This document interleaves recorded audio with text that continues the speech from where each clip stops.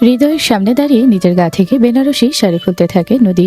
শাড়ি খোলা শেষে ব্লাউজের বোতামে হাত দেয় খোলার জন্য, তখনই হৃদয়ের হাত ধরে ওকে থামিয়ে দেয়। নদী এক ঝটকায় হৃদয়ের হাত ছাড়িয়ে নিয়ে আবারও ব্লাউজের বোতাম খুলতে নেয়। হৃদয় ওর গালে একটা চড় মেরে বলে, এসব কি ধরনের অসভ্যতা হচ্ছে? তুমি তোমার গায়ের কাপড় খুলছো কেন?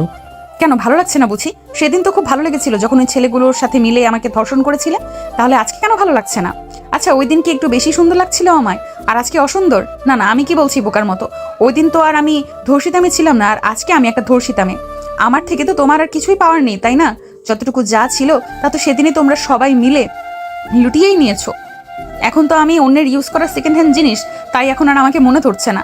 আচ্ছা, সেদিন তুমি সবার আগে আমাকে ধর্ষণ করেছিলে, তাই না? হ্যাঁ, আমার মনে আছে। নেশা করে থাকলেও কিছু ভুলে যাইনি আমি। তুমি তো ওই ছেলেগুলোর দলের লিডার ছিলে, তাই না?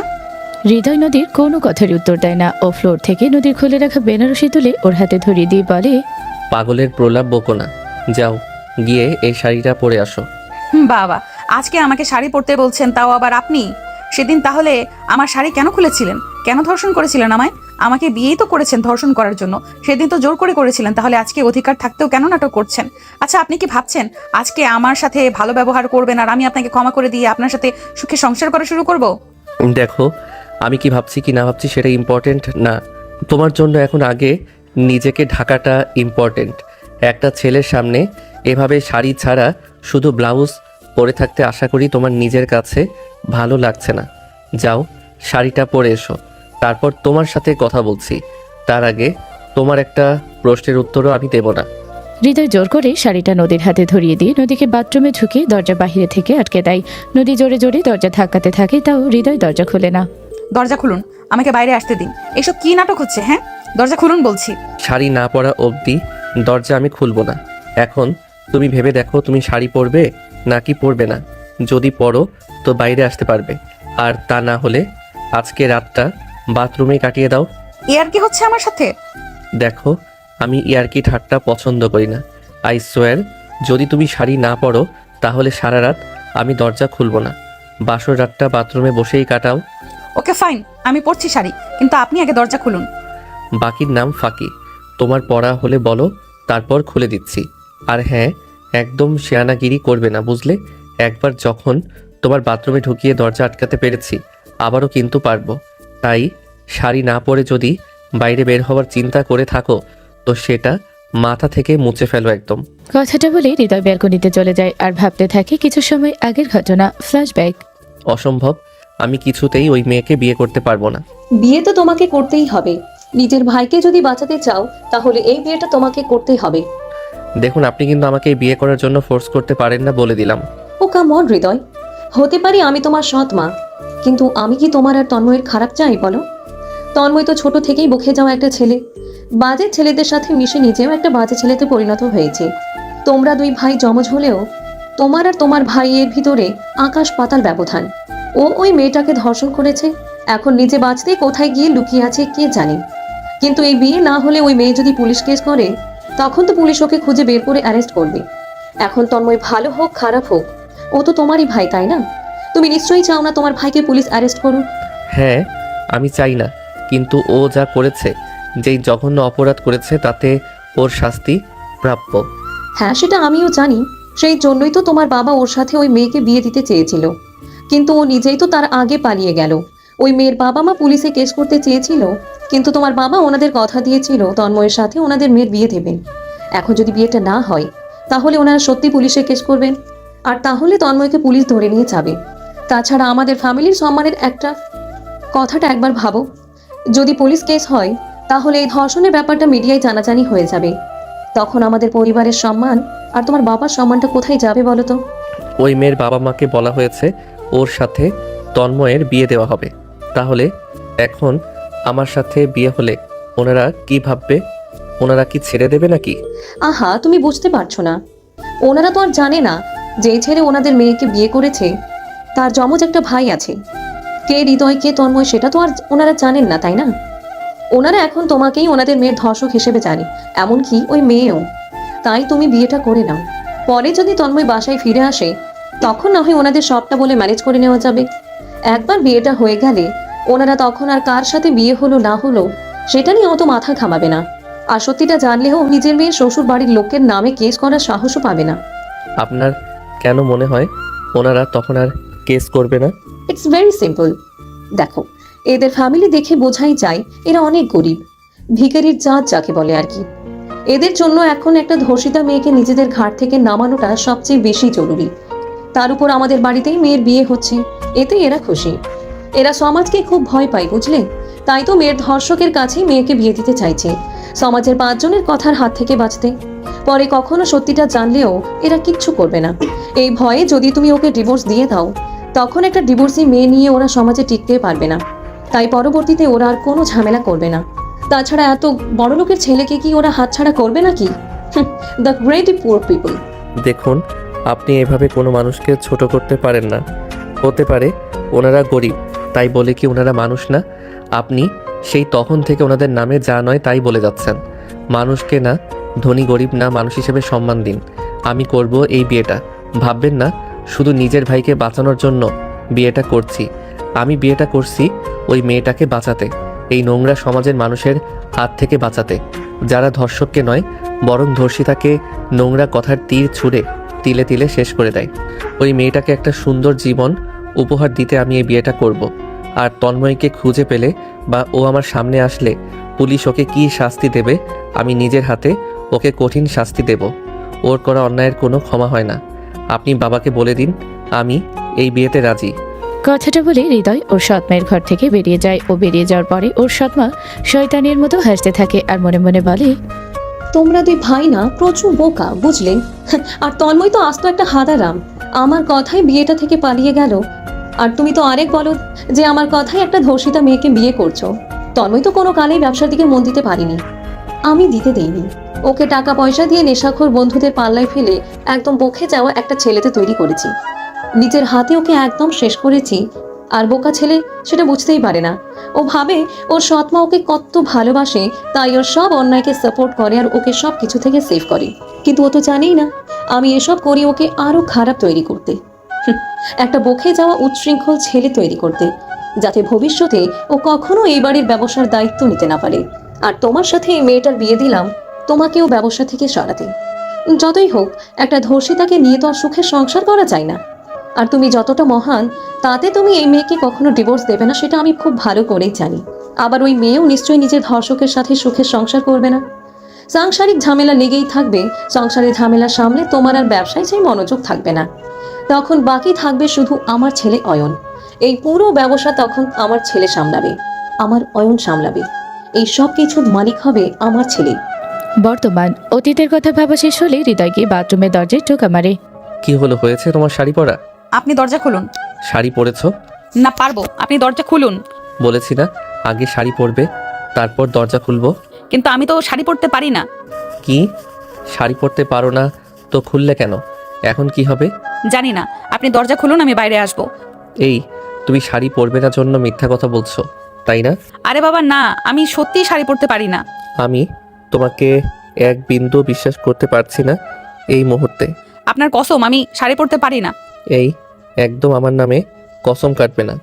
তুমি যে মিথ্যা কসম কাটছো না তার কি প্রমাণ আছে? শুধু শুধু আমার নামে কসম কেটে আমাকে উপরে পাঠানোর ধান্দা করো না। আরে ধুর বাবা। আচ্ছা, আমার নিজের কসম, আমি সত্যি শাড়ি পরতে পারি না। এবার দরজা খুলুন প্লিজ। হৃদয় দরজা খুলে দেয় আর নদী বাহিরে বেরিয়ে আসে, ওর হাতে লাল বেনারসি শাড়ি ধরা। এবার কি হবে? তুই তো নাকি শাড়ি পরতে পারো না, তাহলে এখন এভাবে থাকবে সারা রাত? আপনি বাইরে গিয়ে কাউকে ডেকে দিন, কোনো মহিলাকে পাঠান যে শাড়ি পরাতে পারবে। পাগল নাকি? তাহলে সে মনে করবে শাড়িটা আমি খুলেছি। সে তো আর জানে না যে তুমি নিজেই খুলেছো শাড়ি। কেন, আপনার লজ্জা লাগছে বুঝি? এর আগের বারও তো আমার শাড়ি খুলেছেন, তাও জোর করে, সেটা তো সবাই জানে। সেই বেলায় বুঝি লজ্জা লাগে না? সবার সামনে মুখ দেখাতে লজ্জা লাগে না? আর তাছাড়া আমার শাড়ি পরা না পরাই বা কি আসে যায়? আপনি তো একেবারে বিপস্ত্র অবস্থায়ও আমাকে দেখেছেন, আমার শরীরের প্রতিটা স্থান ছুঁয়েছেন, সেখানে শাড়ি বাদে আপনার সামনে থাকাই কি হবে? নদীর কথা শুনে হৃদয় কোনো উত্তর দেয় না, কারণ ও জানে নদী ওকে তন্ময় মনে করছে, ওকে নিজের ধর্ষক মনে করছে, তাই ও চুপচাপ থাকে। তারপর নিজের মোবাইল বের করে কিছু একটা দেখে। নদী হৃদয়ের দিকে একভাবে তাকিয়ে চিন্তা করতে থাকে, সেদিন যে ছেলে ওকে ধর্ষণ করেছে আর আজকে যে ওর সামনে দাঁড়িয়ে আছে, দুজনের ভিতরে আকাশ পাতাল তফাৎ। সেদিনও নদীর শাড়ি খোলার জন্য পাগল ছিল, আর আজকে পরাতে। সেদিন যেই ছেলে ওকে জোর করে ধর্ষণ করলো, সে আজকে ওকে শাড়ি পরাতে চাইছে। এটা ভেবেই ওর মাথায় তালগোল পাকাতে থাকে। ও একই মানুষের 2 দিনে 2 রকম ব্যবহারের কারণ খুঁজে পায় না। হৃদয় নিজের ফোন পকেটে ভরে নদীর হাত থেকে শাড়িটা নিয়ে নেয়। তারপর নদীর কোমরে শাড়ির এক কোণা গুজে দেয়। কি করছেনটা কি? যে কাজ তুমি বিগড়েছ সেটা ঠিক করছি। ইউটিউবে টিউটোরিয়াল দেখেছি শাড়ি পরানোর। এসো আমি পরিয়ে দিচ্ছি। কি দিন এলো, সেদিন নিজ হাতে শাড়ি খুললো, আজকে পরাচ্ছে। এইসব করে আমার মন পাবেন বা আমার থেকে ক্ষমা পাবেন এমনটা ভাববেন না। আমি কোনোদিনও আপনাকে ক্ষমা করব না, আর না তো আপনার সাথে থাকা সেদিনের সেই ছেলেগুলোকে ক্ষমা করব। হয়েছে, এবার বকবক অফ করে ঘুরে দাঁড়াও, আমাকে আমার কাজ করতে দাও। হৃদয় নদীকে শাড়ি পরাতে থাকে আর নদী হৃদয়ের দিকে তাকিয়ে থাকে। শাড়িতে কুচি দিয়ে হৃদয় নদীর পেটের কাছে কুচি গুজতে গেলে নদী চোখ বন্ধ করে নেয়। হৃদয় সেটা খেয়াল করেও করে না, ও নিজের কাজ করতে থাকে। কুচিগুলো নদীর কাঁধে শাড়ির আঁচল উঠিয়ে দিয়ে নদীর কানে কানে বলে, সব সময় আমার দেখা জানার মাঝেও এমন কিছু থাকে যেটা চোখের আড়ালে থাকে। চোখের দেখা কানের শোনা কখনো কখনো ভুল হয়, আড়ালে অন্য কোনো সত্যিও থাকতে পারে। হৃদয়ের কথা শুনে নদী চোখ মেরে তাকায়। হৃদয়ের মুখে এমন কথা শুনে ও অবাক হয়ে যায়। এই কথার মানে ও বুঝতে পারে না। আপনার কথার মানে কি? সেটা সঠিক সময়ে তুমি জানতে পারবে। শাড়ি পরানো শেষ, এখন যাও খাটে গিয়ে বসো, আমি একটু বাইরে থেকে আসছি। কোথায় যাচ্ছেন? দেখো বিয়েটা তো হুট করে হয়েছে, তাই তোমার জন্য আর কোনো ড্রেস বা শাড়ি কেনা হয়নি। আর সারা রাত এই মোটা বেনারসি পরে তো থাকা যায় না, তাই আমার বোন তাহার কাছে যাচ্ছি ওর একটা 3 পিস আনতে।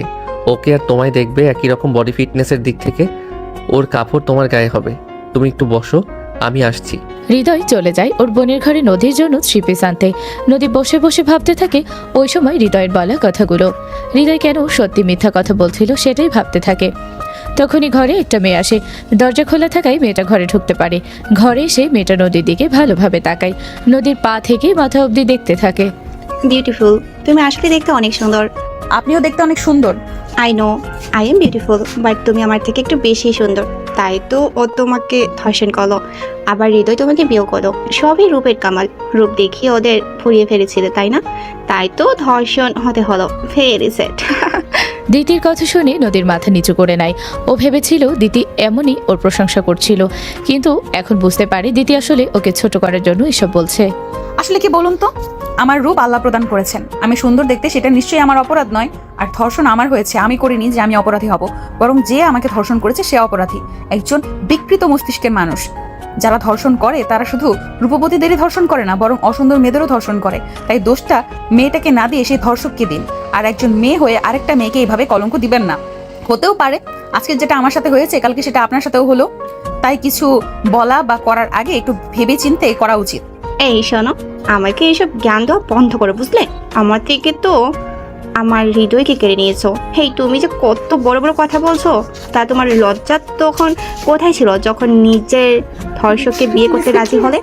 অবশ্যই রাজি তো হবেই, তোমার ধর্ষক তো আর কোনো ফুটপাতের নেশাখোর না, সে তো চৌধুরী বাড়ির ছেলে, বড়লোক বিজনেসম্যানের ছেলে। তুমি তো আরও খুশি হয়েছো তাই না ও তোমার ধর্ষণ করায়, তার জন্য তো এত বড়লোক বাড়ির বউ হতে পেরেছো। আচ্ছা, তুমি নিজেই ওকে ইনসেন্ট করোনি তো তোমাকে ধর্ষণ করতে, তারপর সেটাকে ধর্ষণের নাম দিয়েছো যাতে ও বাধ্য হয় তোমাকে বিয়ে করতে। মাইন্ড ইউর ল্যাঙ্গুয়েজ দিদি, তুমি হয়তো ভুলে যাচ্ছ ও আমার স্ত্রী। আমার স্ত্রীর নামে ফালতু কথা বলার সাহস কোথা থেকে পাও তুমি? ওকে সম্মান দিয়ে কথা বলো, না হলে আমিও ভুলে যাব তুমি এ বাড়ির গেস্ট। নেক্সট টাইম থেকে ওর সাথে কথা বলার সময় মাথায় রাখবে কার সাথে কথা বলছো। ও এখন মিসেস চৌধুরী, মিস্টার হৃদয় চৌধুরীর স্ত্রী। হৃদয়ের কথা শুনে দিতি ভয় পেলেও দমে যায় না। ও হৃদয়ের সামনে গিয়ে ওকে জোর করে জড়িয়ে ধরে বলে, না না না, ও তোমার বউ হতে পারে না। তুমি আমার, শুধুই আমার, কারো না, আর কারো হতে পারো না। এই মেয়েটা তোমাকে আমার থেকে কেড়ে নিতে পারে না। হৃদয়, আই লাভ ইউ, আমি তোমাকে ভীষণ ভালোবাসি। এই মেয়েটাকে এখান থেকে চলে যেতে বলো, তুমি ওর হতে পারো না, তুমি শুধু আমার। এই মেয়েটা আমাদের মাঝে ঢুকতে পারে না, ওকে বলে দাও তুমি আমার। কি হচ্ছে কি এসব দিদি? ছাড়ো আমায়। না, ছাড়বো না, তুমি শুধুই আমার, তোমাকে আমি আর কারো হতে দেবো না। নিজের লিমিটের ভিতরে থাকো আর ছাড়ো আমাকে। হৃদয়কে ছাড়তে বলায় দিতি আরো জোরে ওকে জড়িয়ে ধরে। হৃদয় আর চোখে নদীর দিকে তাকিয়ে দেখে নদী বুকে হাত বেঁধে রাগি চোখে ওর দিকেই তাকিয়ে আছে। ও একটা শুকনো ঠোকেলে দিতিকে নিজের থেকে জোর করে ছাড়িয়ে ওদের ঘর থেকে বের করে দিয়ে দরজা আটকে দেয়। দ্বিতীয় থেমে থাকার মেয়ে না, ও জোরে জোরে দরজা ধাক্কাতে থাকে আর বলে, হৃদয় দরজা খোলো, তুমি আমার সাথে এমনটা করতে পারো না, তুমি অর হতে পারো না, তুমি শুধু আমার। I love you, I really feel love you, please দরজাটা খোলো। দিতির আচরণে হৃদয়ের রাগ হতে থাকে। ও পকেট থেকে নিজের ফোনটা বের করে ওর সৎমাকে কল করে বলে, আপনার বোনের মেয়েকে আমার রুমের দরজার সামনে থেকে নিয়ে যান। এখন ওকে শুধু আমার রুম থেকে বের করেছি, আর 2 মিনিট ও আমার রুমের বাইরে থাকলে ওকে এই বাড়ি থেকে বের করে দিতে বাধ্য হব। একটা মেয়েকে এত রাতে বাড়ি থেকে বের করে দেওয়ার কোনো ইচ্ছা আমার নেই। আপনিও নিশ্চয়ই চান না ওকে আমি এত রাতে বাড়ি থেকে বের করে দেই। তাহলে 2 মিনিটের ভিতরে ওকে এসে আমার রুমের সামনে থেকে নিয়ে যাই। 2 মিনিটের 1 সেকেন্ডও বেশি যদি ও আমার রুমের বাইরে থাকে তো আই সোয়ার আমি সত্যি ওকে মেইন গেটের বাইরে বের করে দিয়ে আসবো। কথাটা বলে হৃদয় কল কেটে নদীর দিকে তাকিয়ে বলে, কি দেখছো? মেলোড্রামা। এতক্ষণ যে মেলোড্রামা হচ্ছিল সেটাই দেখছিলাম। আচ্ছা, ওই মেয়েটা আপনার গার্লফ্রেন্ড তাই না?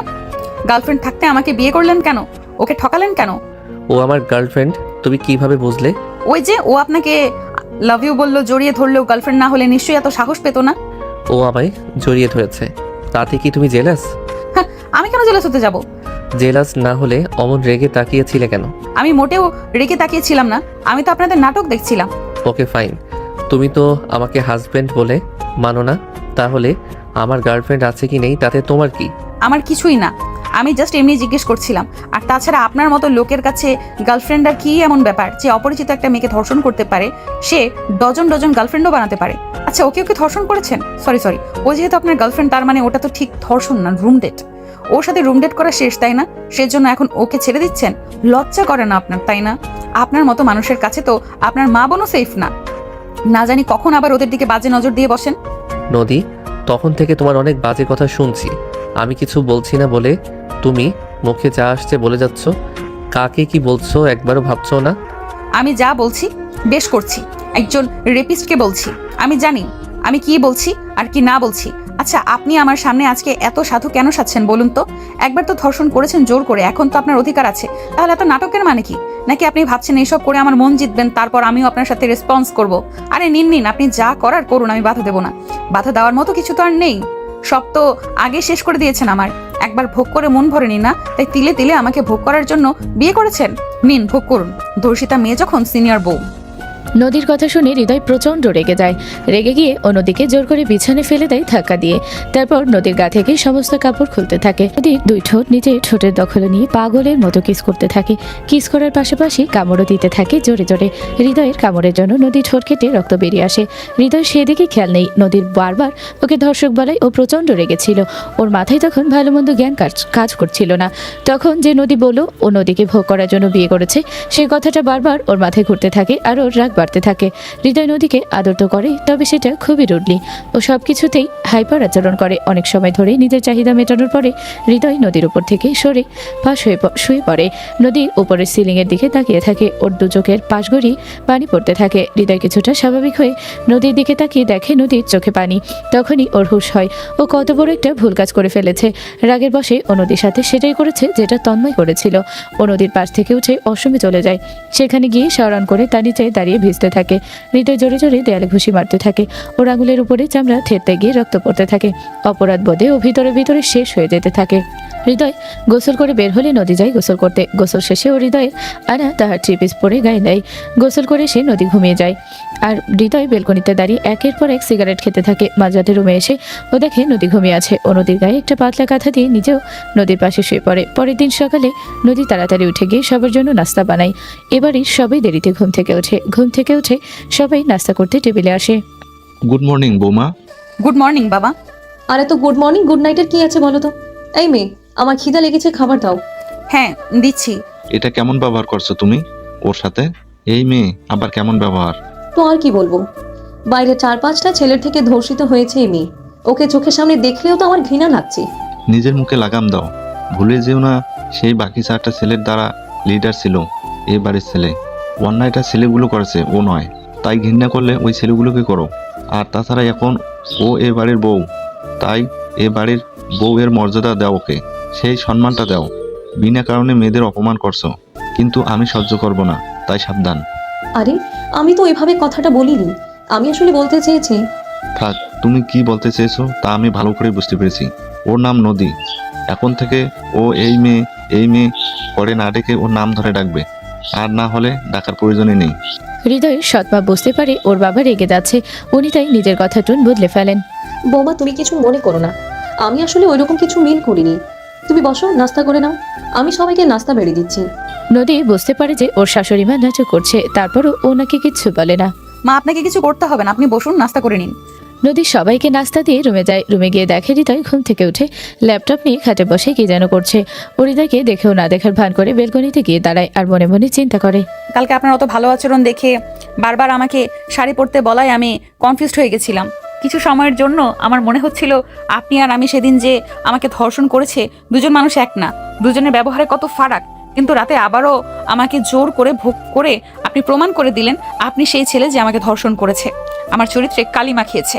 আপনাকে আমি ক্ষমা করব না, যতই আপনি আমার স্বামী হন না কেন, আপনাকে আমি ক্ষমা করব না। কাল হয়তো আপনি আমাকে স্বামীর অধিকারে ছুঁয়েছেন, কিন্তু মন থেকে আমি আপনাকে কখনো স্বামীর মর্যাদা দেব না। তাই আপনার কালকের ছোঁয়াটাও আমার কাছে ধর্ষণ।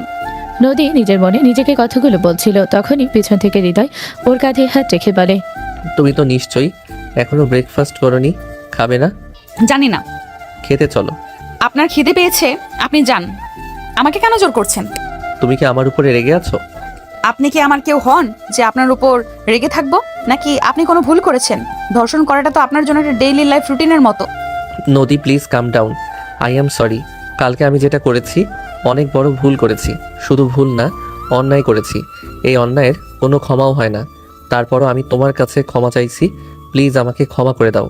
আমি কালকে যা করেছি, তোমার বারবার আমাকে ধর্ষক বলে তোমাকে ভোগ করার জন্য বিয়ে করেছি বলায় রেগে গিয়ে করেছি। বিশ্বাস করো আমি এমনটা করতে চাইনি, রাগের বশে আমি অন্যায় করে ফেলেছি, প্লিজ আমাকে মাফ করে দাও। নদী হৃদয়ের কথা শুনে জোরে জোরে হাসতে থাকে। নদীকে হাসতে দেখে হৃদয় বলে, তুমি হাসছো কেন এভাবে? আপনার অভিনয় করে গিরগিটি চেনেন? গিরগিটি, আপনি তো গিরগিটির থেকেও দ্রুত রং বদলান। প্রথমে বন্ধু বান্ধবদের নিয়ে আমাকে ধর্ষণ করলেন, তারপর ক্ষতিপূরণের নামে আমাকে বিয়ে করলেন, তারপর থেকে এমন আচরণ করলেন যেন ভাজা মাছটা উল্টে খেতে জানেন না। সেদিন জোর করে কাপড় খুলেন, অথচ আজকে শাড়ি পরানোর জন্য আমার সাথে এক প্রকার যুদ্ধ করলেন। তারপর নাকি আবার আপনার রাগ উঠে গেল আর আপনি আবারও আমাকে ধর্ষণ করলেন। এখন আবার এসেছেন আমার কাছে ক্ষমা চাইতে। একটা মানুষের এত রূপ দেখে আমার হাসি পাচ্ছে। আপনি যে আমার কাছে ক্ষমা চাইছেন না, এইটাকে এখন কি বলা উচিত? জুতো মেরে গরুদান? হ্যাঁ, আপনি আমাকে জুতো মেরে গরুদান করতে এসেছেন, কিন্তু আপনার এই দান করা গরু আমি গ্রহণ করব না, বুঝলেন? আমি আপনাকে কোনোদিনও ক্ষমা করব না, কোনোদিনও না। আমি জানি কালকে আমি যা করেছি সেটা ভুল করেছি, কিন্তু তুমি আমায় ভুল বুঝছো। রাগের মাথায় করা আমার ভুলটাকে কেন্দ্র করে আমার চরিত্রের বিচার করো না। একটা কথাই বলবো, যদি সম্ভব হয় তো আমাকে ক্ষমা করে দিও, প্লিজ, আই বেগ ইউ। পারলে ক্ষমা করে দিও আমায়, আর প্লিজ এখন খেতে চলো। আমি কিছুই ভুল বুঝছি না। আসলে কি জানেন তো, কুকুরের লেজ কখনো সোজা হয় না, তেমনি আপনিও কোনোদিন ভালো হবেন না, বুঝলেন? একজন ধর্ষক কখনোই নিজেকে বদলাতে পারে না। আজকে হয়তো আপনি আমার কাছে ক্ষমা চাইছেন, কিন্তু 2 দিন পরে আপনি আবারও সেম কাজটাই করবেন, আমি জানি। শুধু এটাই বুঝতে পারছি না কেন আমার কাছে ক্ষমা চাইছেন, কেন এত ভালো মানুষই করছেন। যাই হোক, অন্যের উপর রাগ করে না খেয়ে থেকে নিজেকে কষ্ট দেওয়ার কোনো মানেই হয় না। আমি খেতে যাচ্ছি। নদী হৃদয়কে পাশ কাটিয়ে নিচে ডাইনিংয়ে চলে যায় খেতে। নদী গিয়ে দেখে ডাইনিংয়ে তখন ওর শাশুড়ি আর দেওর অয়ন বসে আছে। ওর শ্বশুর আর ননদ তাহা খেয়ে চলে গেছে নিজেদের রুমে। নদী একটা চেয়ার টেনে বসতে যাবে, তখনই ওর শাশুড়ি ওকে বলে, এ কি, তুমি খেতে বসছো কেন? খেতে বসছি কেন মানে? আমি কি না খেয়ে থাকবো? আমি সেটা কখন বললাম? তুমি খেতে বসলে আমাকে আর আমার ছেলেকে খাবার বেড়ে দেবে কে? কাজের লোক তো আছে, আর তাছাড়া একটু নাস্তা খাবেন সেটাও বেড়ে নিতে পারছেন না, তার জন্য আবার অন্য একজনকে দরকার হয় নাকি? যাই হোক, আপনি আমার শাশুড়ি, মানে আমার মা, তাই আপনাকে খাবার বেড়ে খাওয়াতে আমার কোনো সমস্যা নেই, আমি দিচ্ছি খাবার বেড়ে। নদীর কথায় হৃদয়ের সৎমা অনেক রেগে যান। নদীর এমন মুখের উপর জবাব দেওয়াটা উনি সহ্য করতে পারেন না। নদী ওনার দিকে জুসের গ্লাস এগিয়ে দিলে উনি গ্লাসটা ধরে ফেলে দেন। এই মেয়ে, কি করলে এটা? এত দামি গ্লাসটা ফেলে ভেঙে দিলে? জীবনে কোনোদিন দেখেছো এত দামি গ্লাস? ভিখিরির বাচ্চা। হ্যাঁ, আমি হয়তো গরিব ঘরের মেয়ে, কিন্তু তার জন্য আপনি আমাকে ভিখারির বাচ্চা বলতে পারেন না। আমার বাবা মাকে উল্টোপাল্টা বলার অধিকার আপনার নেই, আর যেই ভুল আমি করিনি সেইটার জন্য আপনি আমায় কথা শোনাতে পারেন না। গ্লাসটা আমি না, আপনি নিজে ইচ্ছে করে ফেলেছেন। নিজের দোষ আমার ঘাড়ে চাপাবেন না। আর হ্যাঁ, আরেকটা কথা, এরপর থেকে কখনো আমার বাবা মা তুলে কোনো বাজে কথা বলবেন না। আমার বাবা মা আমাকে জন্ম দিয়েছে, এতগুলো বছর লালন পালন করেছে, তাদের নামে কেউ বাজে কথা বললে আমি ছেড়ে দেবো না। যেই না তোমার বাবা মা, তাদের নিয়ে আবার বড় কথা। এই লজ্জা করে না? তোমার জানের টুকরা বাবা মা তোমার সাথে কি করেছে ভুলে গেছো? তোমাকে যেই ছেলে ধর্ষণ করেছে তার সাথেই তোমার বিয়ে দিয়ে দিয়েছে। তুমি তাদের কাছে বোঝা, তাই তারা যেভাবে পেরেছে নিজেদের ঘাড় থেকে বোঝা দূর করেছে। একবারও তোমার কথা চিন্তাও করেনি যে এই ছেলে তোমার এত বড় সর্বনাশ করেছে, তার সাথে কিভাবে তুমি সংসার করবে। অবশ্য সেসব ভাববেই বা কেন? তোমাকে যে ধর্ষণ করেছে সে তো আর যে সে কোনো ছেলে নয়, সে চৌধুরী বাড়ির ছেলে। এত বড়লোক বাড়ির ছেলেকে কি আর হাতছাড়া করা যায়? এখন তুমি তোমার বাবা মায়ের কাছে সোনার ডিম পাড়া হাঁস, বুঝলে? লোভের দল, লোভে পড়ে নিজের মেয়েকে তারই ধর্ষকের সাথে বিয়ে দিল। খবরদার, আমার বাবা মাকে লোভী বলবেন না, ওনারাও লোভী না। সেটা আমি খুব ভালো করেই জানি তারা লোভী নাকি না। আমার তো মনে হয় তুমি নিজেই এসবের সাথে জড়িত। এইসবের সাথে জড়িত মানে হলো তুমি ইচ্ছা করে এ বাড়ির ছেলেকে সিরিয়াস করেছো, আর তারপর এমন কিছু করেছো যাতে ওই ছেলেগুলো তোমায় ধর্ষণ করে। তোমার মেইন টার্গেট ছিল এ বাড়ির ছেলে, আর তারপর পুলিশের ভয় দেখিয়ে তোমার বাবা মা তোমাকে আমাদের ঘাড়ে চাপিয়ে দিয়েছে। এই সবটা তোমাদের প্ল্যান। আমি কিছু বুঝি না ভেবেছো? লোভীর দল সব। দেখুন, আপনি কিন্তু এবার অতিরিক্ত করছেন। একটা মেয়ে হয়ে আর একটা মেয়ের নামে এইসব কথা বলতে আপনার একটুও বাচ্ছে না, তাই না? আচ্ছা, কোনো মেয়ে চায় ধর্ষিত হতে, নিজের সম্মান খোয়াতে? যখন ওই জানোয়ারগুলো নোংরা হাতগুলো আমাকে স্পর্শ করেছিল তখন আমার কি মনে হচ্ছিল জানেন? এর থেকে হয়তো মৃত্যু অনেক সুখের। কোনো মেয়েই চায় না ধর্ষিত হতে। ধর্ষণ একটা মেয়ের কাছে মৃত্যুর সমান। বাইরে থেকে হয়তো মেয়েটা বেঁচে থাকে, কিন্তু ভেতর থেকে একদম শেষ হয়ে যায়। আর ওই মেয়েটাকে একদম শেষ করে দেয় কারা জানেন? সমাজে থাকা আপনাদের মতো মেন্টালিটির কিছু মানুষ, যারা মনে করেন মেয়েটা নিজের ইচ্ছাই ধর্ষিত হয়েছে। ওই ধর্ষকগুলোর যতটা না শাস্তি হওয়া উচিত, ঠিক ততটাই শাস্তি ঠিক এই মানুষগুলোর হওয়া উচিত, যারা নোংরা কথার তীর ছুঁড়ে মেয়েটাকে ভেতর থেকে একদম শেষ করে দেয়। আপনি আমার শাশুড়ি হন, শাশুড়ি হলো মায়ের জাত, আর এটা মা যাকে বলে আর কি। আজকে আমার জায়গায় আপনার নিজের মেয়ের সাথে এমন কিছু হলে তাকে এসব বলতে পারতেন? এই শোনো, মায়ের মতো আর মা দুইটা না এক জিনিস না। আর আমার মেয়ের সাথে এমন কিছু হলে আমি ওকে সেই ধর্ষকের সাথে বিয়ে দিতাম না, উল্টো ওই ছেলেগুলোকে কঠিন শাস্তি দিতাম। এসব নীতি কথা না আমাকে শোনাতে এসো না। তোমাকে আর তোমার বাবা মাকে ভালোভাবে চেনা হয়ে গেছে আমার, ছোট লোক ভিকিরির জাত। কাকে কি বলছেন আপনি? হ্যাঁ, একটা পুরুষের কণ্ঠ শুনে হৃদয়ের সৎমা নদী সিঁড়ির দিকে তাকায়। তাকিয়ে দেখে সিঁড়ি দিয়ে হৃদয় নামছে। হৃদয়কে দেখে ওর সৎমা ভূত দেখার মতো চমকে যায়। উনি জানতেন না হৃদয় বাসাতেই আছেন। উনি ভেবেছিলেন প্রতিদিনের মতো আজকেও হৃদয় হয়তো অফিসে গেছেন, কিন্তু হৃদয়কে বাসায় দেখে, বিশেষ করে হৃদয় ওনার কথা শুনে ফেলায় উনি বেশ ভয় পেয়ে যান। উনি মনে মনে বলেন, হৃদয় আজকে বাসায় থাকবে জানতাম না তো। ও কি নদীকে আমার বলা কথাগুলো শুনে ফেলেছে? আমি যে ওই মেয়েকে এত সময় অপমান করছিলাম সবটা কি হৃদয় শুনেছে? ইস, কত বড় একটা ভুল হয়ে গেল। হৃদয় যা ছেলে, সবটা শুনে থাকলে এখন আমার কপালে দুঃখ আছে। এমনিতেই তন্ময় নদীকে ধর্ষণ করায় হৃদয় ওই মেয়ের প্রতি সিরিয়াস, তার উপর এখন ওই মেয়ে ওর বউ। না না, ও যদি সবটা শুনে থাকে তাহলে যে কোনোভাবে ব্যাপারটা ম্যানেজ দিতে হবে। ওকে এখন রাগানো যাবে না। কি হলো, চুপ হয়ে গেলেন কেন? এত সময় আপনি নদীকে ওইসব কেন বলছিলেন? ওর সাথে এমনিতেই অন্যায় হয়েছে, তার উপরে ওর সাথে এমন ব্যবহারের মানে কি? ওর পাস্ট কি সেটা এখন আর কোনো বিষয় না। ও গরিব ছিল কি বড়লোক, that is not fact. The fact is ও এখন আমার wife. She is my wife, Mrs Hridoy Chowdhury. ওর পরিচয়টা মাথায় রাখবেন সব সময়। আরে হৃদয়, আমি তো কথাগুলো খারাপ মাইন্ডে বলিনি। আমি যা বলছিলাম। থাক, আপনাকে আর কিছু বলতে হবে না। আপনি যা যা বলেছেন আমি সবটাই শুনেছি এত সময়। আপনি কি মাইন্ডে কথাগুলো বলেছেন সেটাও বুঝেছি, তাই আমাকে আর কিছু বোঝাতে আসবেন না। শুধু একটা কথা মাথায় রাখবেন, আজকে যেই কাজটা করেছেন ভবিষ্যতে সেটা রিপিট করলে আমার থেকে খারাপ আর কেউ হবে না। নদী, তুমি খেতে বসো। নদী হৃদয়ের কথা না শুনে ঘরে চলে যায়। বেলকনিতে গিয়ে মন কান্না করতে থাকে আর নিজেই নিজেকে বলে, ওরা অন্যায় করলো আমার সাথে, অথচ ভিকটিম কার্ড পাচ্ছে ওরা। ধর্ষিতা হলাম আমি, আর দোষটাও নাকি আমার। একটা মেয়ের জীবন কেন এমন? সব কিছুতে সবাই শুধু মেয়েদের দোষ খুঁজে কেন? মেয়ে হয়ে জন্ম নেওয়াটা কি অপরাধ? আমি তো কোনো দোষ, কোনো অন্যায় করিনি, তাহলে সবাই কেন আমাকে দোষারোপ করছে? কেন মানুষের বিষাক্ত কথার তীরগুলো আমার দিকেই ছুটছে? আচ্ছা, আমাদের সমাজটা কি এমন কেন যেখানে ধর্ষককে কেউ কিছু বলে না, ধর্ষিতাকে দোষ দেয়? উল্টো ওই মানুষগুলোর তো উচিত ওই মেয়েটার পাশে দাঁড়ানো, ওই মেয়েটার শক্তি হওয়া। তা না করে সবাই ওই মেয়েটাকে দোষারোপ করে, মেয়েটার মনোবল একেবারে ভেঙে দেয়। কিন্তু আমি তো দুর্বল হৃদয়ের মেয়ে নই, আমি যথেষ্ট স্ট্রং। আমি জানি আমি কোনো দোষ করিনি। এই সমাজের মানুষকে আমি এটা দেখিয়ে দেবো যে ধর্ষিতা হওয়াটা অপরাধ নয়। একটা মেয়ে ধর্ষিত হয়ে সেটা সেই মেয়েটার দোষ নয়, বরং দোষটা ছেলেটার, আর শাস্তিও ছেলেটার প্রাপ্য। আমি আমার সাথে হওয়া অন্যায়ের বদলা নেব। নিজের মনে কথাগুলো বলে নদী ওর চোখের পানি মুছে নেয়। বেলকনি থেকে রুমে এসে শুয়ে পড়ে। শরীর ক্লান্ত থাকায় ও ঘুমিয়ে যায়। ঘুম ভাঙে ওর বিকালে। সকালে আর দুপুরে না খেয়ে থাকায় ওর খুব খিদে লাগে। সকালের কথা মনে পড়ায় ও আর খেতে নিচে নামে না। তাহাকে কল দিয়ে বলে ওর খাবারটা একটু কষ্ট করে রুমে দিয়ে যেতে। কল কেটে ও ওয়াশরুমে যায় ফ্রেশ হতে। ফ্রেশ হয়ে এসে দেখে তাহা ওর জন্য খাবার নিয়ে এসেছে। তোমার ভাইয়া কোথায়? ভাইয়া তো সেই সকালেই বেরিয়েছে। কেন, তোমাকে বলে যায়নি? না, আমি আসলে ঘুমিয়ে পড়েছিলাম। উনি কখন বেরিয়েছে বলতে পারি না। ভাইয়া তো আজ অফিসে যায়নি, হয়তো কোনো কাজে বেরিয়েছে। তুমি একটা কল করে নেও। না থাক, তার কোনো দরকার নেই। একটা ফাঁকা রুমে একটা চেয়ারে মাস্ক পরে বসে আছে একজন। তার সামনে আরো 4টা চেয়ারে 4টা ছেলে বাঁধা অবস্থায় আছে। ছেলেগুলো সবাই অজ্ঞান।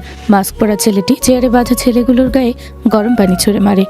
এতে করে ছেলেগুলোর জ্ঞান ফিরে আসে। ছেলেগুলোর ভিতরে একটা ছেলে যার নাম আকাশ, সে বলে, কে আপনি? কেন আমাদের এভাবে ধরে আটকে রেখেছেন? গত 2 দিন থেকে আমাদের বিনা কারণে মারধর করছেন কেন? কি করেছি আমরা? আমাদের সাথে কেন এমন করছেন? আমি মাস্কম্যান। আপনি আমাদের আটকে কেন রেখেছেন? আমাদের ভাবে আটকে রেখে শাস্তি দিচ্ছেন কেন? কি অপরাধ করেছি আমরা? তোরা কোনো অপরাধ করিসনি? না, করিনি। আমাকে আর আমার বন্ধুদের যেতে দিন। আমাদের সাথে যেটা করছেন সেটা কিন্তু ঠিক করছেন না। আমার বাবাকে কিন্তু আপনি চেনেন না। আমার বাবার ক্ষমতা সম্পর্কে আপনার ধারণা নেই। বাবা যদি জানতে পারে আপনি আমার সাথে এমন করছেন, আপনাকে কিন্তু ছাড়বেন না। যেতে দিন আমাকে। তোরা বড় লোকের ছেলেরা নিজেকে কি মনে করিস? হ্যাঁ, একের পর এক অন্যায় করবি আর বাপের পাওয়ার খাটিয়ে বেঁচে যাবি। কিন্তু এবারে তো তা হবে না। এবার আমার হাত থেকে তোদের কেউ বাঁচাতে পারবে না। দেখুন, আপনি কিন্তু ভুল করছেন। এর জন্য আপনাকে পছতাতে হবে। আমার বাবা আপনাকে ছাড়বে না। পাতাল থেকে খুঁজে বের করে শাস্তি দেবে। আপনারা এমন হাল করবে না, পারবেন বাঁচতে, না পারবেন মরতে। আকাশের কথা শুনে মাস্ক পরা লোকটা হাসতে থাকে। লোকটার হাসি খুবই ভয়ানক শোনা যায়। আকাশ সহ ওর বাকি 3 বন্ধু ভয় পেয়ে যায়। ওরা একে অপরের দিকে তাকাতে থাকে। মাস্ক পরা ছেলেটা হাসি থামিয়ে বলে, হাসালি তুই আমায়, ভালোই জোকস মারতে পারিস। আচ্ছা, কি যেন বললি? তোর বাবা পাতাল থেকে হলো আমাকে খুঁজে বের করবে, শাস্তি দেবে। তা তোকে এই 2 দিন হলো আটকেই রেখেছি। তোর বাবা কোথায়? এখনো পাইনি কেন তোকে খুঁজে?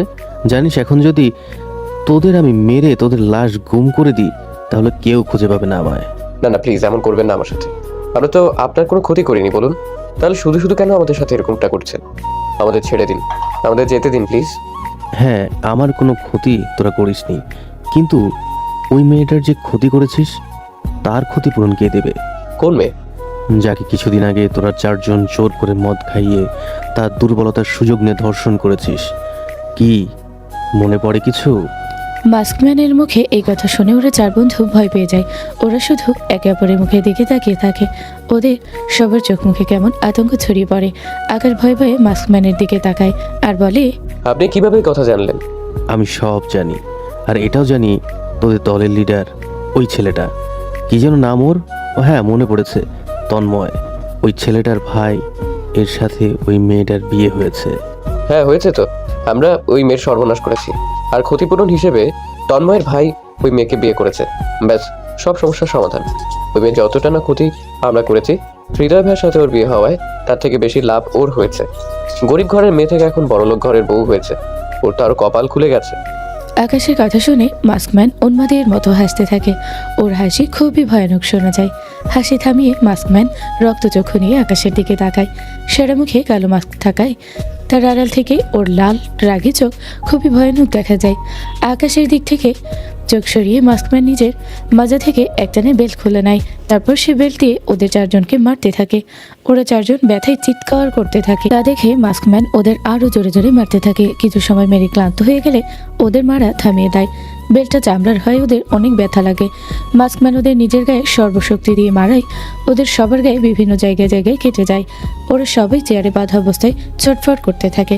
মাস্কম্যান কিছু সময় ওদের দিকে তাকিয়ে থাকে, তারপর বলে, এতটুকুতে ক্লান্ত হয়ে গেলে হবে নাকি? এখনো তো অনেক কিছু বাকি।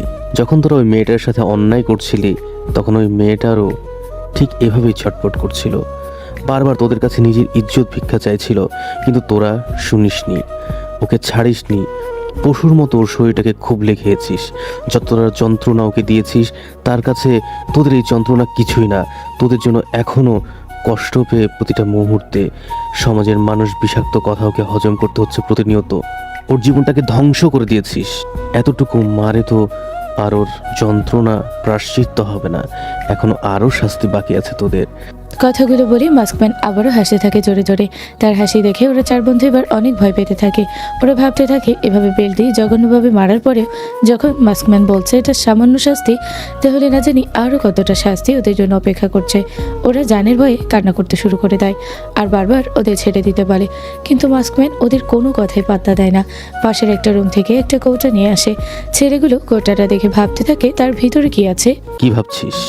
এই কয়টায় কি আছে? এতে একটা স্পেশাল মশলা আছে, গুঁড়ো মরিচ আর লবণ মিক্স করা আছে। এবার বলতো এই মিক্সচারটা আমি কি করব? Have any idea? আচ্ছা থাক, তোদের ভাবতে হবে না, আমিই বলে দিচ্ছি। এই মিক্সচার আমি তোদের গায়ে লাগাবো। তোদের গায়ে যেখানে যেখানে কেটে গেছে সেখানে সেখানে লাগাবো। তোরা কষ্ট পাবি, যন্ত্রণায় ছটফট করবি, সেটা দেখে আমি শাস্তি পাবো। এটা হবে তোদের দ্বিতীয় শাস্তি। না না প্লিজ, আমাদের সাথে এমন করবেন না, প্লিজ এমন করবেন না, আমাদের যেতে দিন প্লিজ। মাস্কম্যান ওদের আগতি মিনতি পাত্তা না দিয়ে ওদের গায়ে যেখানে যেখানে কেটে গেছে সেখানে সেখানে লবণ মরিচের মিক্সচার লাগাতে থাকে। কাটা জায়গায় লবণ মরিচের মিক্সচার লাগাতে ওরা সবাই চিৎকার করতে থাকে, যন্ত্রণায় ছটফট করতে থাকে। আর সেটা দেখে মাস্কম্যান হাসতে থাকে আর বলে, আরে আরে করছিসটা কি? এতেই কান্নাকাটি জুড়ে দিলে হবে নাকি? এখানে তো অনেক কিছু বাকি। তোদের তো আমি তর্পে তর্পে মারবো, এমন কষ্ট দেব তোরা প্রতিটা মুহূর্তে মৃত্যু কামনা করবি। কিন্তু আমি তোদের মরতে দেব না, তিলে তিলে কষ্ট দিতে থাকবো। ততদিন কষ্ট দেব যতদিন না ওই মেয়েটা স্বাভাবিক জীবনে ফেরত আসে। না না, আমাদের ক্ষমা করে দিন, দয়া করে ক্ষমা করে দিন, আমরা ভালো হয়ে যাব, একদম ভালো হয়ে যাব, দয়া করে আমাদের যেতে দিন, আমাদের মাফ করে দিন। হুম, মাফ তোদের আমি করব না, আমি মাফ করার কেউ না। দয়া করুন প্লিজ, আমাদের যেতে দিন। আচ্ছা ঠিক আছে, তোদের আমি ছেড়ে দেব, কিন্তু আমার একটা শর্ত আছে। কি শর্ত বলুন? আপনি যা বলবেন আমরা তাই করব, তবু আমাদের যেতে দিন। তোরা চারজন নিজেদের ফোনে একটা ভিডিও করবি, সেটাতে তোরা স্বীকার করবি তোরা নদীকে ধর্ষণ করেছিস। You are all rapist. তারপর সেই ভিডিও নিজেদের ফেসবুকে আপলোড দিবি। আমরা সব করব, তবুও আপনি আমাদের যেতে দিন, আর কষ্ট দেবেন না দয়া করে। কিন্তু আপনাদের ফোন তো আমাদের কাছে নেই, আমাদের ফোন তো আপনার কাছে, আমাদের ফোনটা দিন আর এই বাঁধনগুলো খুলে দিন। মাস্কম্যান ওদের সবার ফোন নিজের পকেট থেকে বের করে। তারপরে একজন একজনের হাত খুলে তাদের ফোন তাদের হাতে দেয় ভিডিও করার জন্য। ওরা যাতে পালাতে না পারে তার জন্য ওদেরকে গান পয়েন্ট করে রাখে। ওরা সবাই আলাদা আলাদাভাবে একটা ভিডিওতে নিজেদের অপরাধ স্বীকার করে আর তারপর সেটা নিজেদের ফেসবুক আইডিতে পোস্ট করে। ওরা যেহেতু নামি দামি পরিবারের ছেলে, তাই ওদের অ্যাকাউন্টগুলো পাবলিক করা। ভিডিওগুলো ছাড়ার সাথে সাথে সেগুলো ভাইরাল হয়ে যায়।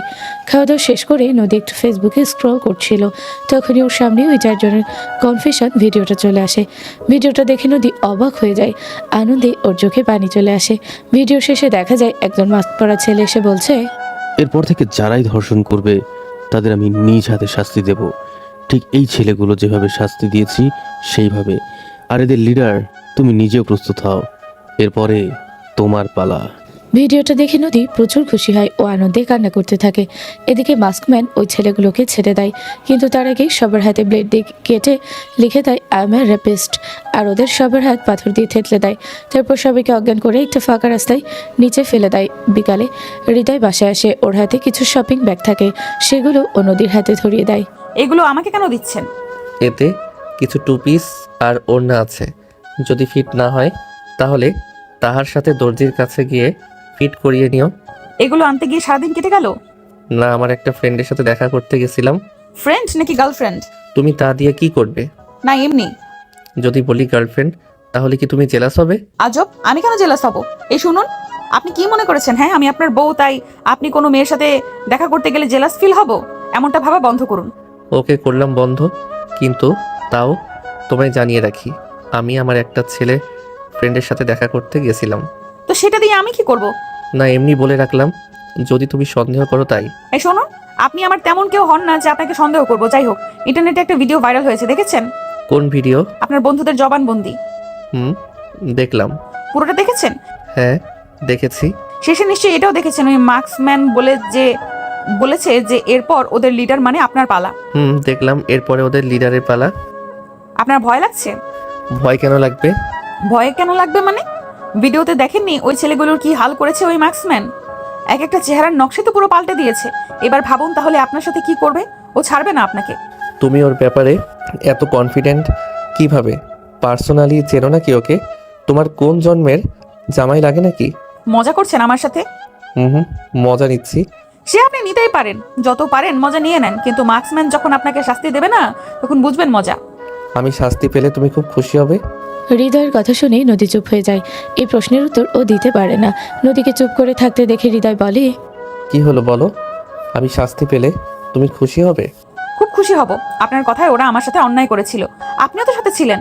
আপনার জন্য আমার চরিত্রে কলঙ্ক লেগেছে, আমার জীবনটা শেষ হয়ে গেছে। ওরা আমাকে নোংরাভাবে ছুঁয়েছে, আমার শরীরটাকে খুবলে খুবলে খেয়েছে। আমি আপনাকে ক্ষমা করব না। আপনার শাস্তি হলে মার্কসম্যান আপনাকে শাস্তি দিলে আমার কলিজা ঠান্ডা হবে। আচ্ছা, তো তুমি বলো তোমার ধর্ষকের কেমন শাস্তি হলে তুমি খুশি হবে? ওদের তো মেরে লবণ মরিচের গুঁড়ো মাখিয়ে ছেড়ে দিয়েছে। আপনার হাত কেটে যেন লিখে দেয় আই অ্যাম আ রেপিস্ট। সেটা বারবার দেখবেন আর অনুতাপে ভুগবেন। আল্লাহ তোমার মনের ইচ্ছা পূরণ করুক। আপনি পাগল নাকি? আমি আপনার শাস্তি কামনা করছি আর আপনি দোয়া করছেন যেন আমার দোয়া কবুল হয়।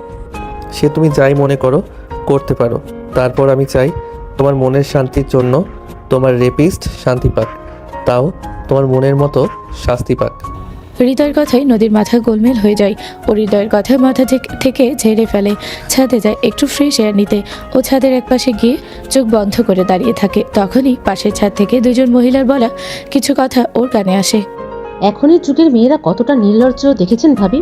কয়দিন আগে একে কিছু ছেলেরা ধর্ষণ করলো, আর একে দেখুন এখনই কেমন সবার সামনে ঢ্যাং ঢ্যাং করে বেড়াচ্ছে। লাজ লজ্জা থাকলে পারতো নাকি এভাবে ঢ্যাং ঢ্যাং করতে? ওর জায়গায় আমি হলে তো আত্মহত্যাই করতাম। এভাবে সবার সামনে মুখ দেখাতে পারতাম না, নিজেকে ঘর বন্দি করে রাখতাম। ঠিকই বলেছেন, এদের আসলে লজ্জা শরমের বালাই নাই। আর শুনেছি এই মেয়েকে এই বাড়ির ছেলে ধর্ষণ করেছে, আর এই সেই ছেলেকেই বিয়ে করেছে। ভাবা যায় নিজের ধর্ষককেই করেছে। আরে লোভ লোভ, টাকার লোভে পড়ে করেছে এটা। এত বড় বাড়ির বউ হওয়া কি সোজা কথা? এই মেয়ের তো লাভই হয়েছে। আমার কি মনে হয় জানেন, এই মেয়ে ইচ্ছে করে সব করেছে টাকার জন্য। গিয়ে দেখুন বাজে পোশাক পরে ওই ছেলেদের সামনে গেছিল, আর ছেলেগুলো ওকে দেখে নিজেদের সামলাতে পারেনি। পরে পুলিশের ভয় দেখিয়ে এবারের ছেলের ঘাড়ে চেপে বসেছে। মহিলাগুলোর কথা শুনে নদী খুব রেগে যায়। ও ওনাদের দিকে এগিয়ে যায়। ওকে এগিয়ে আসতে দেখে মহিলা দুইজন চুপ হয়ে যায়।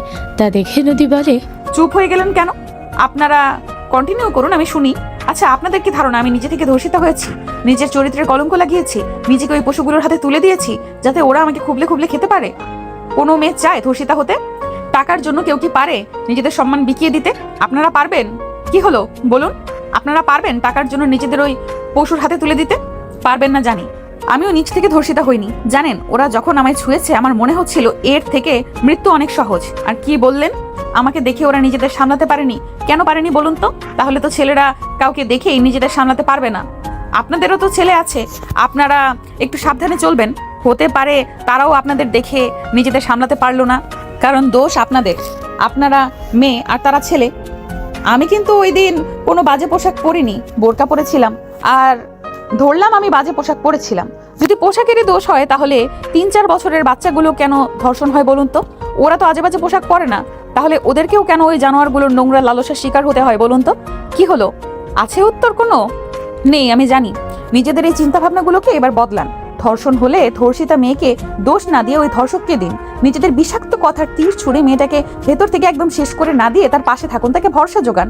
আচ্ছা, আপনাদের ঘরেও তো মেয়ে আছে, আপনারাও তো মেয়ের মা।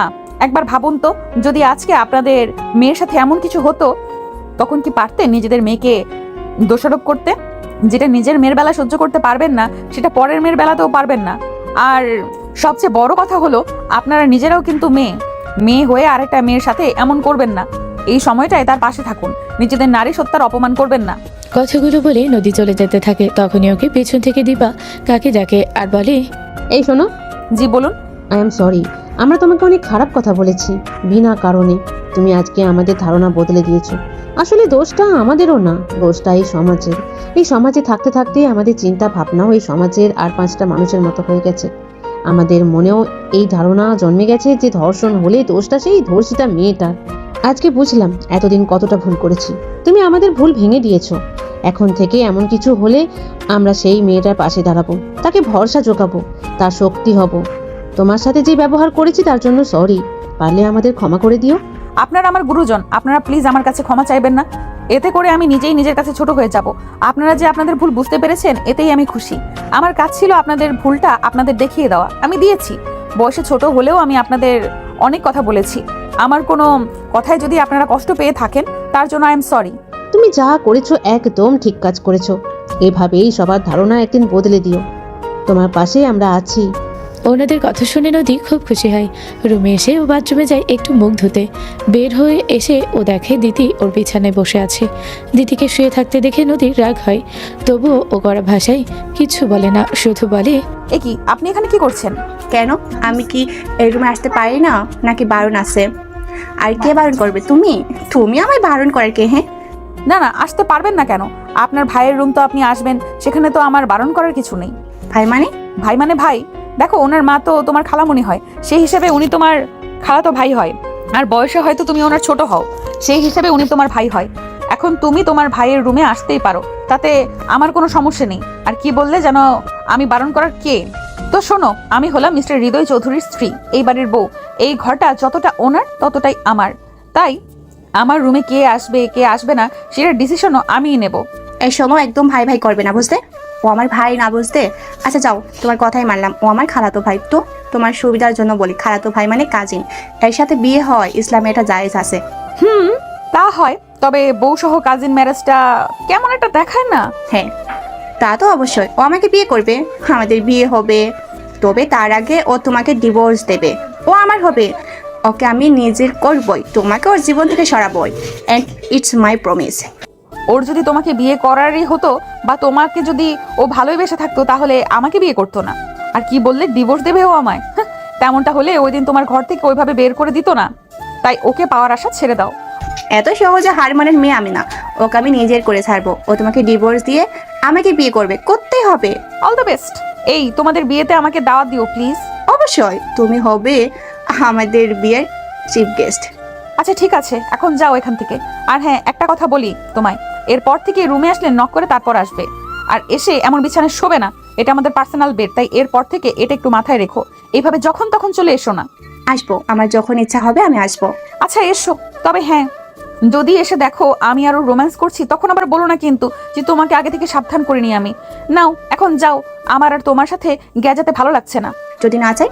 তাহলে আগের রাতে হৃদয় যেটা করেছিল, আজকে আমাকে সেটা করতে হবে? তোমার এত বড় সাহস! কথাটা বলে দিতি নদীকে জ্বর মারতে যায়, কিন্তু নদী দিদির হাত ধরে ফেলে। তারপর দিদির হাত পিছনে মুড়িয়ে ধরে রাখে। দিদি হাত ছাড়ানোর জন্য চেষ্টা করতে থাকে, কিন্তু পারে না। নদী দিদির হাত জোরে মুচড়িয়ে ধরে বলে, আমার সাহসে তুমি এখনো কিছুই দেখোনি, বুঝলে? আর এরপর থেকে নিচের হাতটা সামনে রেখো প্লিজ। কি বলো তো, আমি কিন্তু আবার অত ভালো না, তখন আবার হাতটা ভেঙে দেয়, কোনো ঠিক নেই। আসলে কি বলুন তো, মধ্যবিত্তের খেটে খাওয়া হাত তো, তার সামনে আপনার এই নরম হাত টিকতে পারবে না। এখন বের হন আমার রুম থেকে, না হলে আগের দিনও যা করেছিল আজকে আমি সেটা করতে বাধ্য হব। So please. কথাটা বলে নদী দিদির হাত ছেড়ে দেয়। দিদি রেগে রুম থেকে বেরিয়ে আসে। একটা আলিশান রুমে একটা বিছানায় শান্তিতে আরাম করে শুয়ে আছে তন্ময়। হঠাৎই ওর মুখে কেউ এক গ্লাস পানি ছুঁড়ে মারে। ঘুমের ভেতরেই লাফিয়ে উঠে যায় ও। সামনে তাকিয়ে দেখে একজন লোক দাঁড়ানো, যে কালো হুডি কালো প্যান্ট পরে আছে, যার পুরো মুখটা একটা কালো মাস্ক দিয়ে আটকানো, শুধু চোখের মণি দুটো দেখা যাচ্ছে। তন্ময় লোকটাকে দেখে চিনতে পারে যে এটাই সেই মাস্কম্যান। সেদিনও বন্ধুদের করা ভিডিওটা ও দেখেছিল। মাস্কম্যানের বলা শেষের কথাগুলো ওর মনে পড়ে যায়। মাস্কম্যান বলেছিল এরপরে ওর শাস্তির পালা। মাস্কম্যান যে ওর খোঁজ পেয়েছে কিভাবে সেটাই ভাবতে থাকে ও। চোখের সামনে নিজের মরণদূতকে দেখে তন্ময় ভয়ে ঘামতে থাকে। মাস্কম্যান? হ্যাঁ, আমি মাস্কম্যান।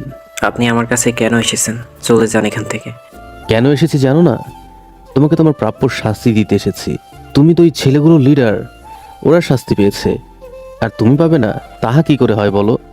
আমি কিছু করিনি, করেছে আমার যমজ ভাই। দেখছেন না, এখন ও সেই মেয়েকে বিয়েও করেছে নিজের দোষ এড়াতে।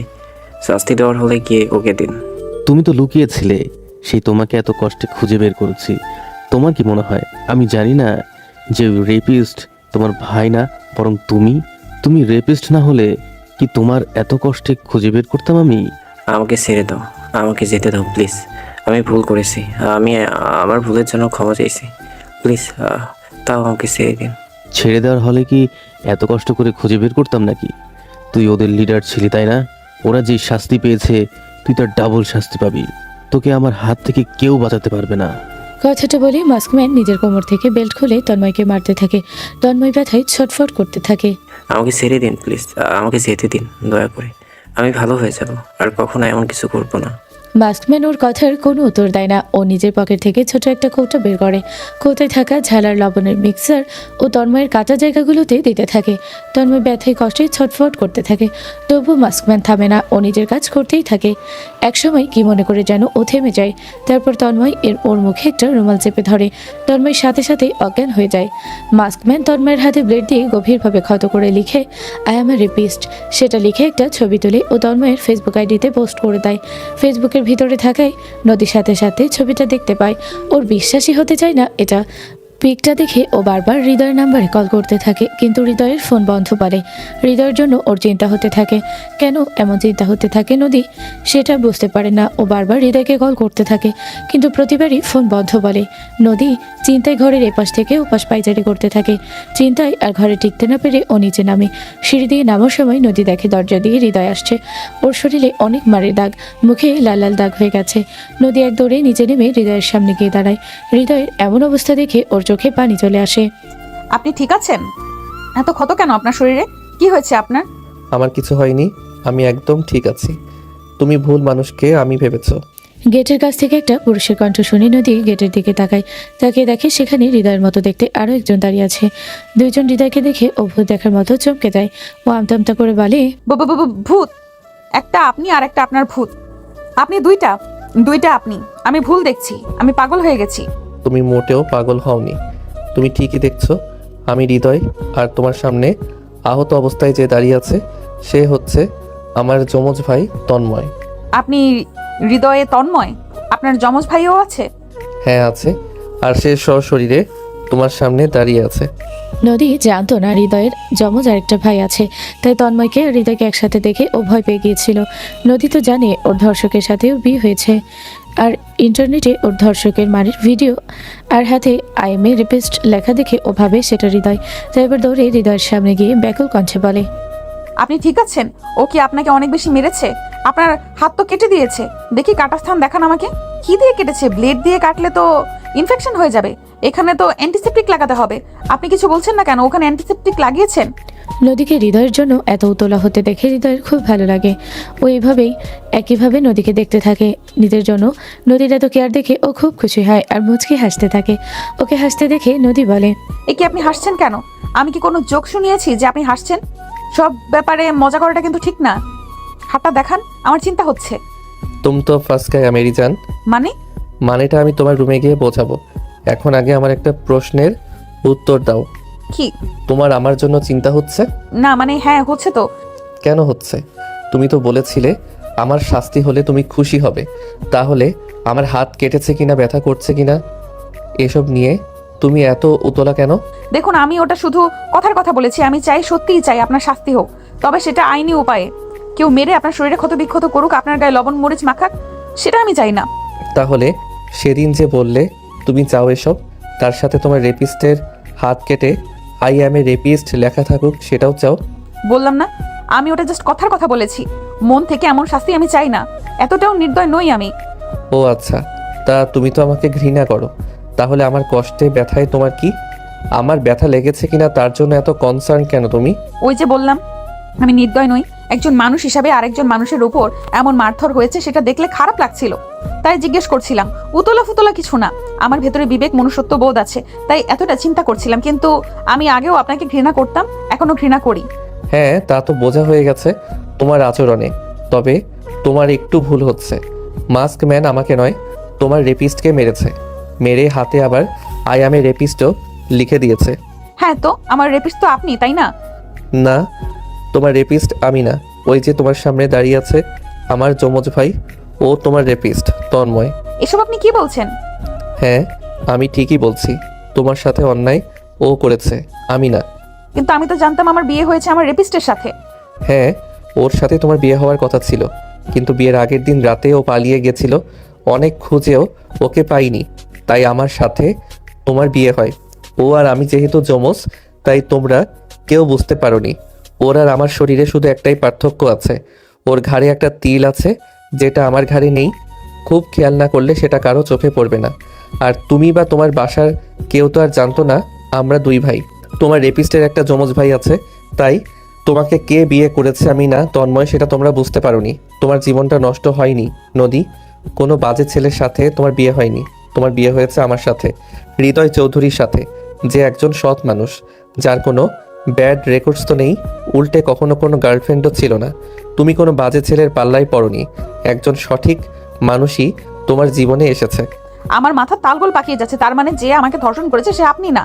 আমার বিয়ে কোনো ধর্ষকের সাথে হয়নি। আপনি সে নন যে আমাকে ধর্ষণ করেছে। আপনি জানেন না আজকে আমি কতটা খুশি হয়েছি। কেন যেন প্রথম দিন থেকে আমার মনে হচ্ছিল আপনি সে নন যে আমায় ধর্ষণ করেছে। সে তো ছিল হিংস্র আর আপনি নমনীয়। দুজনই সম্পূর্ণ আলাদা। আমি কোনো ভুল মানুষকে নয়, সঠিক মানুষকেই নিজের জীবনসঙ্গী হিসেবে পেয়েছি। কথাগুলো বলে নদী হৃদয়কে জড়িয়ে ধরে কান্না করে তাই হৃদয়ও নদীকে জড়িয়ে রাখে। ওদের দুজনকেই ভাবে একসাথে দেখে তন্ময়ের রাগে ফুঁসতে থাকে। ও মনে মনে বলে, সেদিন রাতে অন্ধকার থাকায় এই মেয়ের চেহারা তো আমি ভালো করেই দেখিনি। এ তো মেয়ে না, যেন এক পরী। ইস, কেন যে ছোট মায়ের কথা শুনে সেদিন পালিয়ে গেলাম। একবার অন্তত ওই মেয়ের ছবিটা দেখা উচিত ছিল, তাহলে আজকে ও আমার বুকে থাকতো, হৃদয়ের বুকে না। ইস, মস্ত বড় একটা ভুল হয়ে গেছে। যাক, কোনো ব্যাপার না, যা হৃদয়ের তা তো আমারও। কেউ তো আর ধরতে পারবে না কোনটা হৃদয় আর কোনটা আমি। কাগজে কলমে তুমি না হয় হৃদয়ের বই হয়েই থাকলে, কিন্তু ভোগ তোমায় আমি করবো। Just wait baby. এবার ওই মার্কসম্যানও তোমাকে আমার থেকে আলাদা করতে পারবে না। নিজের মনে মনে কুটির বুদ্ধি সাজিয়ে তন্ময় শয়তানি হাসি দিয়ে নিজের ঘরে চলে যায়। নদী অনেকক্ষণ ধরে হৃদয়কে জড়িয়ে ধরে থাকে। হৃদয় নদীর কানে কানে বলে, কি করছো বউ? তুমি আমার সাথে রোম্যান্স করতে চাও, সেটা আমি বুঝতে পারছি, কিন্তু জায়গাটা তো একটু দেখো। এখানে রোম্যান্স করি কিভাবে বলো তো? অবশ্য তুমি যদি চাও তো আমার কোনো সমস্যা নেই। আসো, আজকে ভালোবেসে তোমার শাড়ি খুলি। হৃদয়ের কথা শুনে নদী লজ্জা পেয়ে যায়। লজ্জায় ও হৃদয়কে ছেড়ে দেয়, তারপর মাথাটা নিচু করে নেয়। লজ্জায় ওর গা লাল হয়ে ওঠে। ওকে এভাবে লজ্জা পেতে দেখে হৃদয় বলে, আরে বাবা, আমার বউ লজ্জাও পেতে জানে নাকি? কে বলেছে আমি লজ্জা পাচ্ছি? এই যে তুমি লজ্জায় কেমন লাল নীল হচ্ছ, তোমার চেহারাই তো দেখা যাচ্ছে। মোটেও না, আমার স্কিনটাই এমন। আচ্ছা, তাই বুঝি। কথাটা বলে হৃদয় নদীর কোমরের পিছন দিক দিয়ে হাত দিয়ে ওর কোমর জড়িয়ে ধরে ওকে নিজের কাছে টেনে আনে। গতদিন হৃদয়ের কাছাকাছি এলেও আজকে নদীর লজ্জায় ওর দিকে চোখ তুলে তাকাতেই পারে না। নদীর এমন অবস্থা দেখে হৃদয়ের বেশ মজাই লাগতে থাকে। ও মিটি মিটি হাসতে থাকে। নদী লজ্জা ভরা চোখে ওর দিকে তাকায়। নদীকে আরও লজ্জা দিতে হৃদয় ওর কানের কাছে নিজের মুখটা নিয়ে বলে, এত লজ্জা তোমার কই আগে জানতাম না তো। ওই দিন নিজের শাড়ি নিজে খোলার সময়ও তো এত লজ্জা পাওনি। আচ্ছা, সমস্যা নেই, তুমি যেহেতু এত লজ্জা পাচ্ছ, আজকে তোমার শাড়ি খোলার দায়িত্ব না হয় আমিই নিলাম। আজকে রাতের জন্য প্রস্তুত হও নদী। নদী হৃদয়কে ধাক্কা দিয়ে সরিয়ে দিয়ে দৌড়ে উপরে চলে যায়। হৃদয় ওর যাওয়ার দিকে তাকিয়ে হাসতে থাকে। ওদের দুজনকে আড়াল থেকে দিতি দেখছিল। এত সময় ওর আগে দেয়ালে একটা ঘুষি মারে আর বলে, আজকে রাতে তোমাদের ভিতরে কিচ্ছু হবে না। আজকে হৃদয়কে আমি নিজের করে নিব। ওই শুধুমাত্র আমার, ওকে তুমি পাবে না নদী। দিতি ওর খালামণি মানে হৃদয়ের সৎমায়ের ঘরে যায়। সেখানে গিয়ে দেখে ওর খালামণি কানে হেডফোন গুঁজে গান শুনছে। ও ওনার কান থেকে হেডফোনটা খুলে নিয়ে ছুঁড়ে মারে। এসব কি ধরনের বেয়াদবি দিদি? হ্যাঁ, আমি বেয়াদব। আর কিছু বলবে? খালামণি, তোমার সাথে আমার কি কথা ছিল? তুমি বলেছিল হৃদয়ের সাথে আমার বিয়ে দিবে, ও আমার হবে। কিন্তু তারপর কি হলো? এই মেয়েটার সাথে হৃদয়ের বিয়ে হলো। তারপর তুমি আমায় কি বললে? তুমি ওদের যেভাবে পারো ডিভোর্স করিয়ে দেবে, কিন্তু তা তো হলোই না। উল্টো এখন ওদের বিয়ের ভাব ভালোবাসায় জন্মে গেছে। আজকে রাতে ওরা নিজেদের বাসর সেলিব্রেট করবে। আর আমি কি করব তাহলে? আমি বরং এক কাজ করি, ওদের বাসর ঘরটা সাজিয়ে দিয়ে আসি। কি বলো, সেটা ভালো হবে না? রিল্যাক্স, মাথা ঠান্ডা করো বেবি, এত উত্তেজিত হইও না। আচ্ছা, তুমি কি চাও বলো? যেন ওদের সম্পর্কটা ভেঙে যায় আর তুমি হৃদয়কে নিজের করে পাও। ঠিক আছে, তেমনটাই হবে। তুমি শুধু আমি যা যা বলি তেমনটা করো। আজকে রাতে আমি নদীকে নিজের ঘরে ডাকবো। সেই ফাঁকে তুমি হৃদয়ের রুমে যাবে। নদীর একটা শাড়ি পরে ঘোমটা দিয়ে হৃদয়ের সামনে বসে থাকবে। হৃদয়কে জোর করবে তোমার সাথে ক্লোজ হতে, লাগলে নিজেকে ওর কাছে সঁপে দেবে। আর তারপর নদী যখন ওই ঘরে যাবে এমনভাবে নাটক করবে যেন হৃদয় তোমাকে রেখেছিল আর ও তোমার সাথে জোর জবরদস্তি করার চেষ্টা করেছে। এতে করে নদী রেগে গিয়ে হৃদয়কে ভুল বুঝবে আর ওদের সম্পর্কটা নষ্ট হয়ে যাবে। তারপর ওদের ডিভোর্স হলে পরে তুমি হৃদয়ের থেকে ক্ষমা চেয়ে ওকে নিজের প্রতি দুর্বল করে নিও না হয়। Wow, that is great idea. আমি যে কেন তোমার মতো করে ভাবতে পারি না। দিতি খুশি হয়ে ওর খালামণিকে জড়িয়ে ধরে। উনি শয়তানি হাসি হাসতে থাকে আর মনে মনে বলে, বোকামি, তুমি তো আমার একটা গুটি মাত্র। আমি তোমাকে ব্যবহার করেছি হৃদয় আর নদীর সম্পর্ক নষ্ট করার জন্য। এই 2 দিনে হৃদয় ওই মেয়ের প্রতি দুর্বল হয়ে পড়েছে। ওদের সম্পর্ক নষ্ট হলে হৃদয় ভেঙে পড়বে, আর তারপর সে দেবদাস হয়ে ঘুরে বেড়াবে। তখন ব্যবসার দায়িত্ব নেবে আমার ছেলে। তোমাকে ব্যবহার করে আমি আমার পথের কাঁটাটাও উপড়ে ফেলেছি, আর তুমি বুঝতেও পারছো না।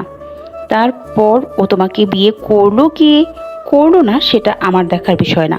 তখন তুমি তোমার রাস্তা আর আমি আমার রাস্তা। আমার স্বার্থ পুড়িয়ে গেলে আমি তোমাকে আর চিনি না।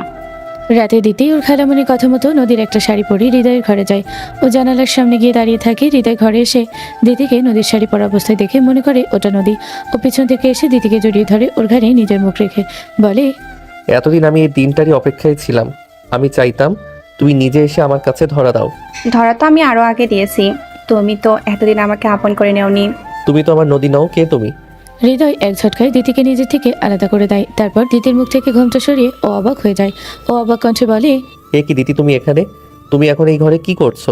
তুমি নদীর শাড়ি পরে এই রুমে কোন উদ্দেশ্যে এসেছো? ওই যে তুমি বললে আমি যেন নিজে থেকে ধরা দিই, তুমি সেটাই চাও, তাই তো এলাম তোমার কাছে ধরা দিতে। আমি কথাটা তোমাকে বলিনি, তোমাকে নদী মনে করে বলেছি। তুমি এই সাজে আমার ঘরে কেন এসেছো? কি উদ্দেশ্য তোমার? হৃদয় কথাটা বেশ রেগেই বলে। দিদি গিয়ে হৃদয়কে জোর করে জড়িয়ে ধরে। হৃদয় ছাড়িয়ে নিতে চায়, তাও পারে না। দিদি বলে, আমার উদ্দেশ্য তো তুমি হৃদয়, আমি তোমাকে ভালোবাসি, খুব খুব ভালোবাসি। তুমি আমার হয়ে যাও প্লিজ। তুমি যদি বলো আমি নিজেকে তোমার কাছে সঁপে দিতে পারি, তুমি যা চাইবে সব পাবে, প্লিজ তুমি আমার হয়ে যাও। দিদির কথা শুনে হৃদয় প্রচণ্ড রেগে যায়। ও এক ঝটকায় দিদিকে নিজে থেকে ছাড়িয়ে নেয়। দিদি তাও থামে না। ও নিজের শাড়ির আঁচল বুক থেকে ফেলে দেয়। সেটা দেখে হৃদয় চোখ সরিয়ে নেয় ওর উপর থেকে। ও রেগে গিয়ে দিদির হাত ধরে ওকে রুম থেকে বের করে দিতে থাকে। তখনই দেখে নদী দাঁড়িয়ে আছে সামনে। নদীকে দেখে হৃদয় সবটা খুলে বলে। তবু নদীকে চুপ করে থাকতে দেখেও বলে, নদী, বিশ্বাস করো, আমি ওকে ডাকিনি, ও নিজে এসে এসব করেছে। ও মিথ্যে বলছে, ও আমায় ডেকেছিল আর তারপরে আমার সাথে জোর জবরদস্তি করার চেষ্টা করেছে। কথাটা বলে দিদি কান্না করতে থাকে। এমনভাবে নাটক সাজায় যেন মনে হয় সত্যি হৃদয় ওর সাথে খারাপ কিছু করার চেষ্টা করেছে। নদী ধীরে ধীরে দিদির দিকে এগিয়ে যায়। তারপর দিদির গালে কষে একটা চর মারে। দিদি অবাক হয়ে নদীর দিকে তাকায়। কি অবাক হচ্ছ? আমি না তোমার আর তোমার খালামণির সব কথা ওইসব শুনে নিয়েছিলাম। আর যদি নাও শুনতাম তাও আমি তোমার কথা বিশ্বাস করতাম না। আমি আমার স্বামীকে বিশ্বাস করি। ও যে এমন কিছু কখনো করবে না সেটা আমি খুব ভালোভাবেই জানি। এখন বেরিয়ে যাও এই ঘর থেকে, তোমাদের ব্যবস্থা কাল সকালে করব। দিদির আগে অপমানে ওর রুম থেকে বেরিয়ে যায়। নদী হৃদয়কে ওর সৎমা আর দিদির প্ল্যানের ব্যাপারে সবটা বলে দেয়। সবটা শুনে হৃদয় নিজেও খুব রেগে যায়। ও তখনই যেতে চায় ওর সৎমা মায়ের রুমে ওনাকে কিছু কথা শোনাতে, কিন্তু নদী ওকে আটকে দেয়। নদীর কথা ও ফেলতে পারে না, তাই আরও যায় না। ও এবার নদীকে নিজের কাছে টেনে নেয়। তারপর নদীর ঠোঁট থেকে শুরু করে আস্তে আস্তে নদীর সারা শরীরে কিস করতে থাকে। নদী উত্তেজনায় পাগল হয়ে যায়। এই রাতটা ওরা নিজেদের মতো করে উপভোগ করে, একে অপরের ভালোবাসায় হারিয়ে যায়। পরের দিন একটা জরুরি মিটিং থাকায় হৃদয় অফিসে যায়। ও অফিসে গিয়ে কাজে ব্যস্ত হয়ে পড়ে। সেই সুযোগে তন্ময় ওর ঘরে ও সেজে আসে। তন্ময়কে দেখে নদী ভাবে এটা হয়তো হৃদয়। তন্ময়ও এমন ভাব করতে থাকে যেন ও হৃদয়। এত তাড়াতাড়ি চলে এলে যে? যাওয়ার আগে তো বললে আজকে আসতে লেট হবে। সারপ্রাইজ। আচ্ছা এখন যাও, ফ্রেশ হয়ে এসো, তারপরে এসে আমাকে তোমার বুকে নিয়ে শুয়ে থাকবে। কথাটা বলার সময় নদী তন্ময়ের গলা জড়িয়ে ধরে। হঠাৎই ওর চোখ পড়ে তন্ময়ের ঘাড়ের সেই তিলটার দিকে। ও বুঝতে পারে যে এটা হৃদয় নয়, তন্ময়। ও এক ঝটকায় তন্ময়ের কাছ থেকে সরে যায়। কি হলো, ছেড়ে দিলে যে? দেখো, এখন কিন্তু ফ্রেশ হয়ে আসার পরে তোমাকে আমার নিজের করে চাই। এখন এই দিনের বেলাতেই রাতের কাজ সারবো। আরে রোমান্স করতে আবার দিন রাত লাগে নাকি? তন্ময়ের বাজে কথা শুনে নদী ওর গালে জোরে একটা চড় মারে আর বলে, তোর সাহস তো কম না? তুই আমার স্বামী সেজে আমার ঘরে আসিস। ও জানতে পারলে তোর অবস্থা খারাপ করে দেবে একদম। কি ভেবেছিলি ওর মতো দেখতে তাই আমি তোকে চিনতে পারবো না? আরে আমি ওকে ভালোবাসি, ওর ছোঁয়া আমার চেনা। তোর ঘাড়ের ওই তিলটাই তোকে চিনিয়ে দিয়েছে। নদী তন্ময়কে চড় মারায় তন্ময় নিজের খেয়ে হারিয়ে ফেলে ও নদীর হাত চেপে ধরে বলে, চিনে যখন ফেলেছিস তখন আর লুকোচুরি করে তো আর লাভ নেই। একবার ধর্ষণ করেছি, আর একবার করতে সমস্যা কিসে? তোকে আজকে আমার চাই। তার জন্য যদি তোকে জোর করতে হয় তাতেও আমি রাজি। আজকে আবারও তুই আমার হবিস। সেদিন তোকে দেখলে আজকে আর তুই হৃদয়ের বহুতি না, আমার বহুতি। তোকে সারাদিন শুতে পারতাম। নিজের মুখে লাগাম দে, ভুলে যাস না আমি এখন তোর ভাবি। আর আমার হাতটা ছাড়, না হলে কিন্তু খুব খারাপ হয়ে যাবে, বলে দিলাম। যদি না ছাড়ি তো কি করবি শুনি? কি করতে পারবি তুই? কিছুই করতে পারবি না, কারণ তুই আজ একা। কেউ নেই বাসায় যে তোকে আমার হাত থেকে বাঁচাবে। তাহলে আর কি করবি বল? কি করব দেখতে চাস? হ্যাঁ চাই।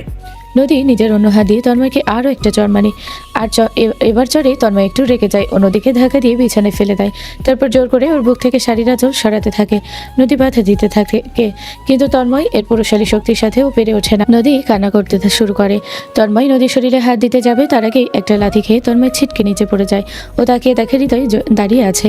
হৃদয়ের আগে চেহারায় তাকিয়ে আছে তন্ময়ের দিকে। হৃদয় যে এই সময় চলে আসবে তন্ময় সেটা বুঝতে পারেনি।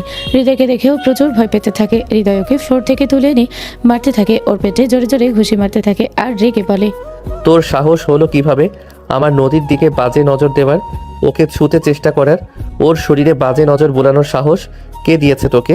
আজকে তোকে আমি মেরেই ফেলবো। ও রিল্যাক্স ভাই, ওর সাথে তো আমার বিয়ে হওয়ার কথা ছিল। তাছাড়া ওকে তো আমি আগেও ধর্ষণ করেছি। যেটা আমার হওয়ার কথা ছিল সেটা এখন আমি নিজের করে পেতে চাচ্ছিলাম। এটা অপরাধ ডাকি। ওর সাথে তোর বিয়ে হওয়ার কথা ছিল, হয়নি। এখন ও আমার বউ, ও শুধু আমার। ওর দিকে খারাপ নজর দেওয়ার সাহস পাস কোথা থেকে তুই? যত যাই হোক, ও তো আমার ইউজ করা মাল, তাই না? তুমি আমার ইউজ করা মাল দিয়ে সংসার করবে, ব্যাপারটা কেমন ওয়ার্ড না? তার চেয়ে বরং দুই ভাই মিলে ওকে ভোগ করি চলো। ও তো সেকেন্ড হ্যান্ড, পরে ওকে ডিভোর্স দিয়ে তুমি নতুন একটা ইনটেক্ট ধরে নিয়ে বলো। তন্ময়ের কথা শুনে হৃদয় নিজের কন্ট্রোল হারিয়ে ফেলে। ও পাগলের মতো মারতে থাকে তন্ময়কে। এতবার সহ্য করতে না পেরে তন্ময় বলে, আই এম সরি ভাই, আমার ভুল হয়ে গেছে। আমাকে আর মেরো না, আমি সহ্য করতে পারছি না। আর আমি নিজ থেকে কিছু করিনি, বিশ্বাস করো। নিজে থেকে করিসনি মানে? তাহলে কার কথাই করেছিস?